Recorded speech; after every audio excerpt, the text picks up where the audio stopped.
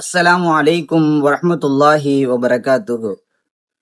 ஒரு ஆண் ஒரு பெண்ணை திருமணம் செய்ய போகும்போது அவ நல்லவளா இருக்கணும், மார்க்கத்தை விளங்கி இருக்கணும், இந்த மாதிரி சார்ந்ததை நினைப்பாங்க. அதே மாதிரி மனைவியும் என்ற கணவன் 5 வக்து தொழுகணும், இபாதத்தா இருக்கணும், நல்ல முறையில இருக்கணும், வாழ்வாதாரமா இருக்கணும், இப்படிங்கிறத பல விஷயங்களை யோசிப்பாங்க. அல்லாஹு சுபஹானஹு வ தஆலா அல் குர்ஆன்ல அழகான வார்த்தைகளை சொல்றான்.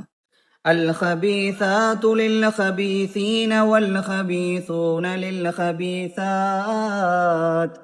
والطيبات للطيبين والطيبون للطيبات أولئك مبرؤون مما يقولون أولئك مبرؤون مما يقولون لهم مغفرة ورزق كريم.